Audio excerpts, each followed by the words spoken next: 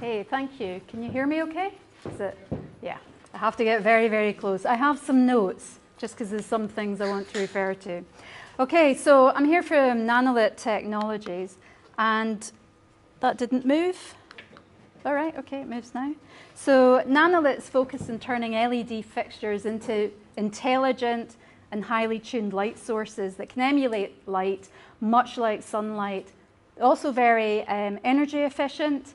And what we're really focusing on is human-centric lighting, so lighting which supports the wellness of human beings. So what I'm going to talk about today, if I can get the clicker to work, is sunlight on demand, a little bit about background of some of the technologies we're using, and our brand, and well buildings research, how we fit into that. And then I'm moving on to light and how light can actually better support health. And we're moving into something that doesn't just support wellness, but can actually be curative as well. Then lastly, talking about future ecosystems of buildings, because at this stage we look really internally at a single building and how the different utilities work within that. But I think there's an awful lot more that ecosystems can provide as well when we start to look beyond just minimizing the impact to the environment and start looking towards how can we add value to that environment.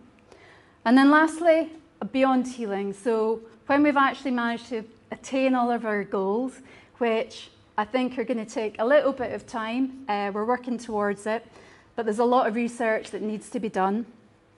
Then what is the future of light and how do we see that working, and where do we see, or what kinds of products do we imagine Nanolit might produce? So first of all, quantum dots. Can I have a show of hands? Do people know about quantum dots? So, okay, like the briefest of introductions, because I'm not a physicist. Quantum dots are basically light-emitting nanoparticles. And they enable us to control at a very kind of high level, very kind of tiny level, the types of color that can be produced as well as intensity. So when nanoparticles or quantum dots are either illuminated or when they have an electric current going through them, we can control, very carefully control the type of light that they produce. And we can produce something like sunlight. We've already gone through several rounds of testing with things, and we are getting very close to that point now.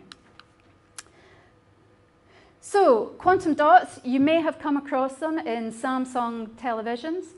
So they're being used quite widely at the moment in display panels. And like I was saying before, we have absolute control over the type of color, the intensity of color, and the intensity of light that they produce. And the way that we fit with the Internet of Things is that we're also applying sensors to our lights. Sensors which will be controlled partly by the environment, so responding to daylight in the environment, and maybe some other factors as well. These are still to be defined. But are also able to respond possibly to your personal profile. And these might be things that come down to, how much light you've had during the day, as Gary was talking about. So you're getting your optimum light levels. But they might come down to other things as well, like, for instance, do you suffer from migraines, or the specific types of light that you need in order to relieve you of that problem. And of course, we've got integrated circuitry with all of that, which helps us to control that. And we should be able to control things not just across like a building, but also very much responding to different parts of the environment, or even in a single room. So for instance, this room where there's a lot of light coming in through the windows might be quite dimly lit, whereas the back corner there could possibly be quite brightly lit. So an introduction to well buildings. Well buildings is a body of research which looks at all the different factors that make up an ecosystem of a building. So we have air, water, and light, but we also have mind, nutrition, fitness, and comfort. And what research is showing at the moment is that different types of light will benefit and enhance different activities. Different types of light can be used within an environment where food is being prepared to disinfect it. But also, we can really personalize the type of light that is around any particular person, and that can be hugely beneficial to them. Of course, it's all controlled. This is the stuff I think you all know about, which is, the controllers and how well buildings work. But basically, we're looking at, the design of utilities, but also the design of features within a building, and how those might fit in with like large controllers. So, well buildings light research. There's 11 different aspects of well building light research. It's quite a broad area, and it's a really kind of difficult thing to get right. So first of all, you might be looking at daylight modelling when you're looking at the plan of a building or developing a building. And daylight modelling will tell you where sunlight will come within a building, and it will tell you what areas will be left dark as well. Using that information, you might want to be able to control things like glare. So where there's a lot of light coming in through some windows at certain times, you might want to diffuse that, or you might design the windows specifically so that it controls the light and those areas don't get too brightly lit. All of these things are about comfort of the people that are actually using the building, and we're focusing really on working environments to begin with. Other issues that come up are the right to light, workstations, which I'm sure there's not a person in here that isn't familiar with the issues around correctly lit workstations. And then there's the colour, glare, the types of colour that you're using, also the type of design of the lights themselves. We want the lighting design to be very uplifting and beautiful so that people walking into an environment are really happy to be there. And we're also looking, of course, at circadian rhythm, which is a really large part of the research that we're exploring at the moment. Oh yeah, and lastly, that slide, the top corner there, one of my favourite ones, which is looking specifically at surface design. And they've used this beautiful Italian pearlescent ceramic, which just gives the whole area, that whole atrium, a beautiful glow. So there's quite a lot within the lighting design that we need to consider. And when you begin to realise how many different aspects we have to look at, you realise that there's a room for an awful lot of control there. So moving on to light and wellness research. You may or may not be aware that there's already been some lighting experiments within schools and within hospitals. This research, I would say, is very early stage, right? We're working with very small groups of people, maybe 100 pupils at once, maybe only 100 doctors. It's really kind of in small, quite contained environments at the moment. But that's all about helping people to improve concentration, improving the light so that during certain times of day, like your postprandial dip, that point after lunchtime where you begin to feel sleepy, we can enhance the lighting then, and that improves your awareness, your alertness, and it also improves creativity.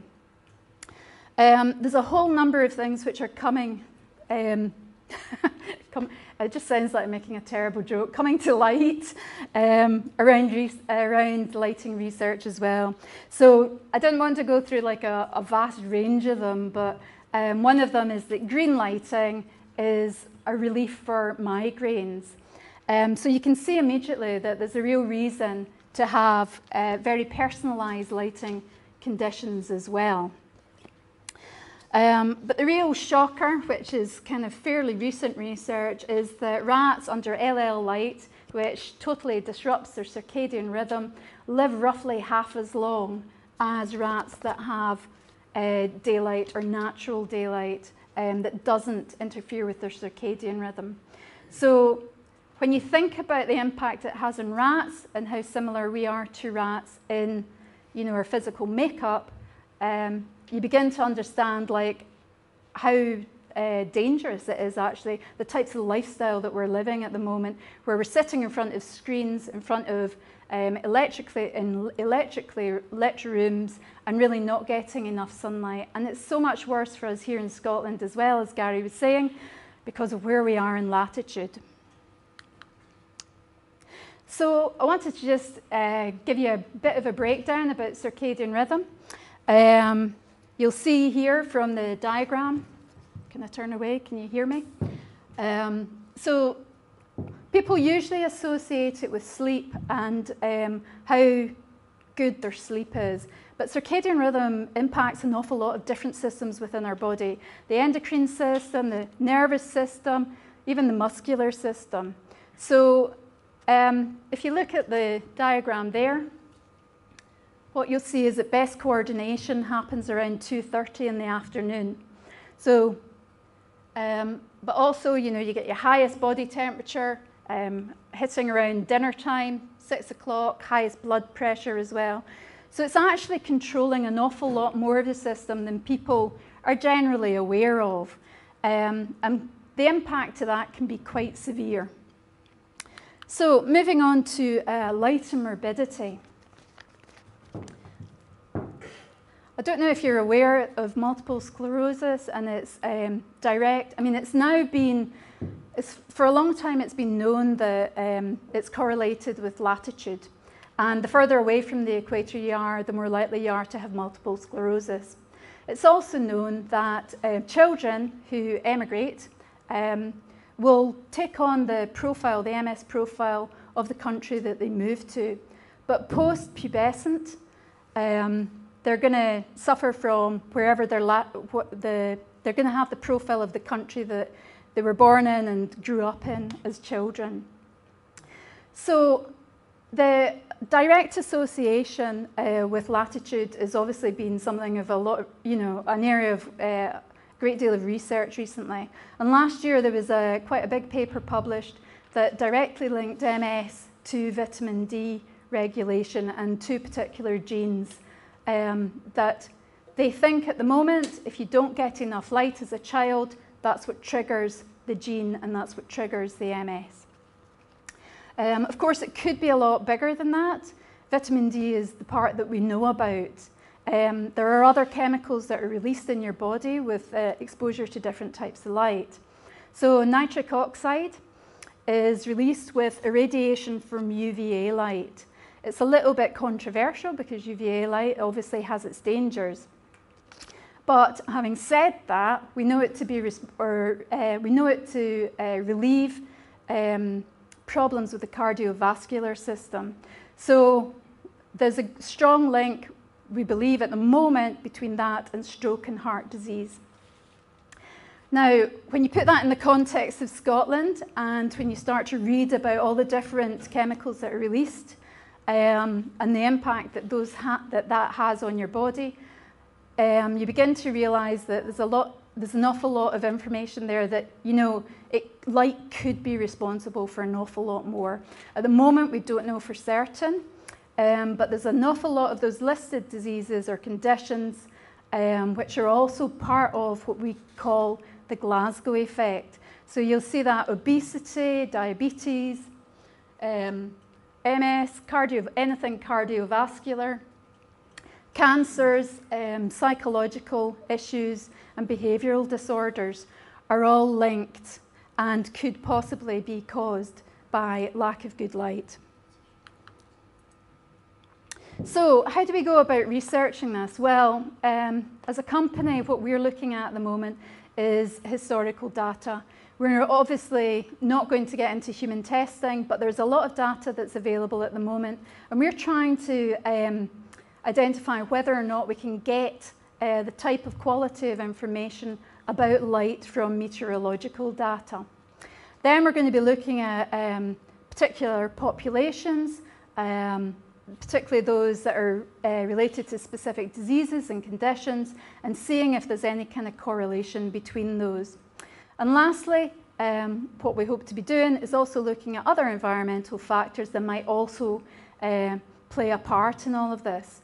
So for instance, you know, are our climatic conditions in different parts of Scotland, are they particularly beneficial to the Epstein-Barr virus?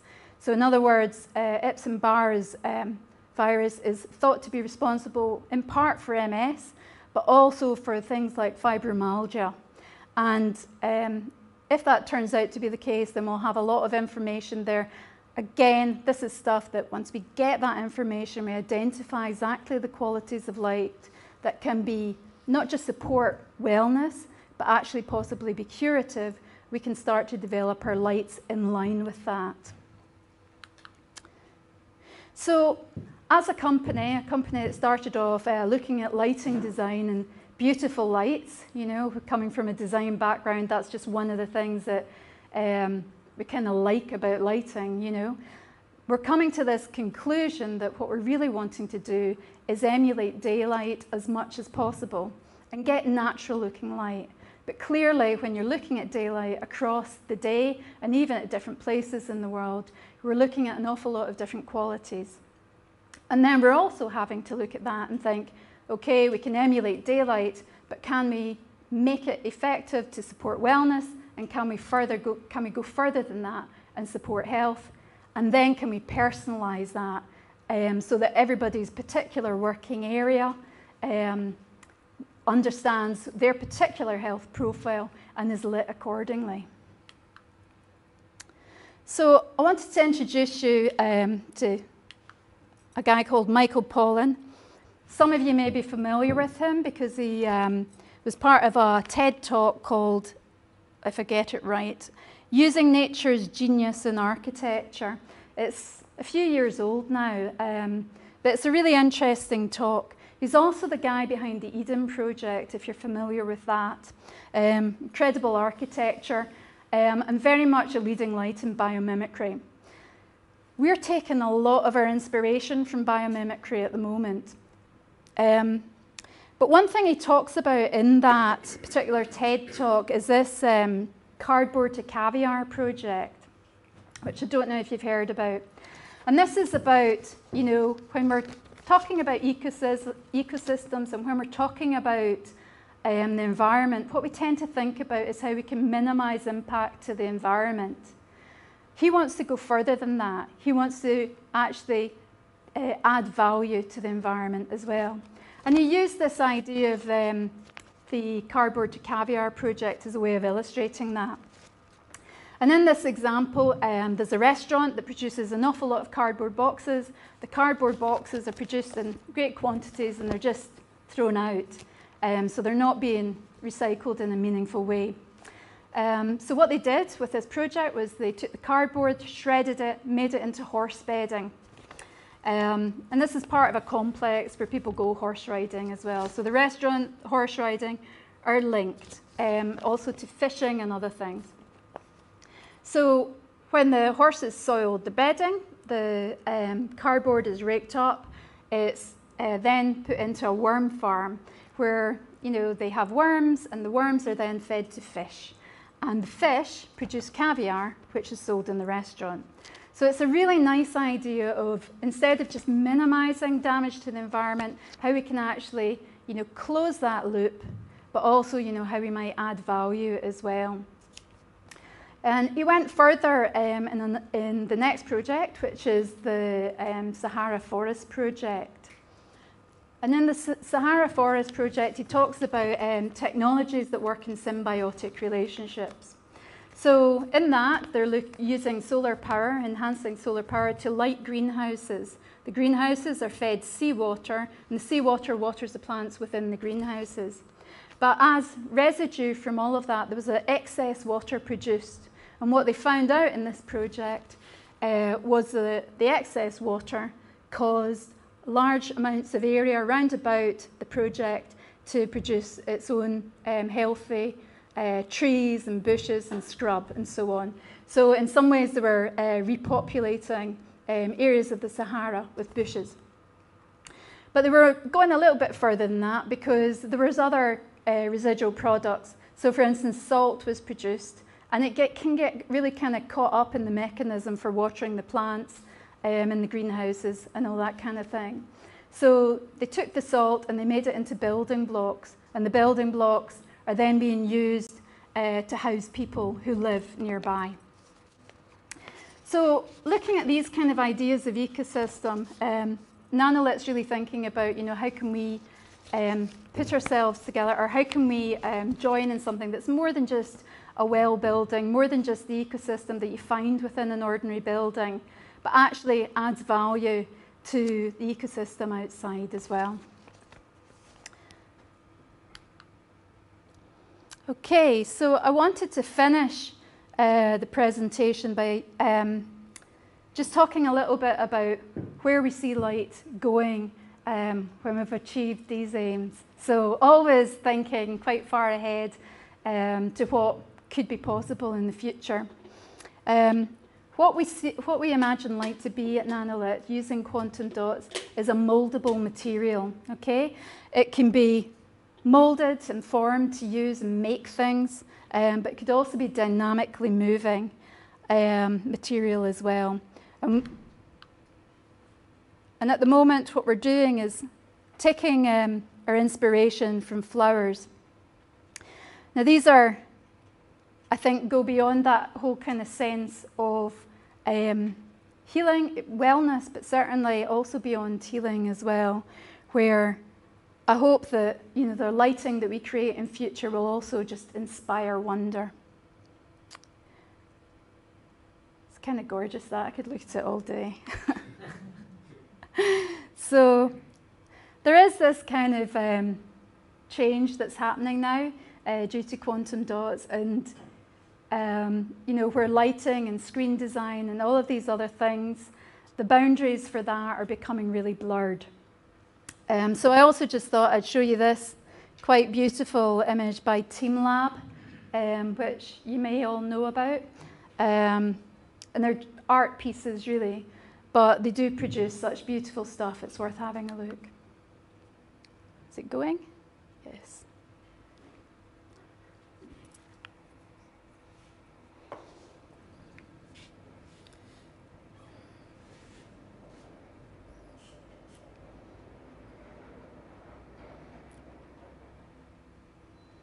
Yeah, so it's just a beautiful combination of projected light and also screen design.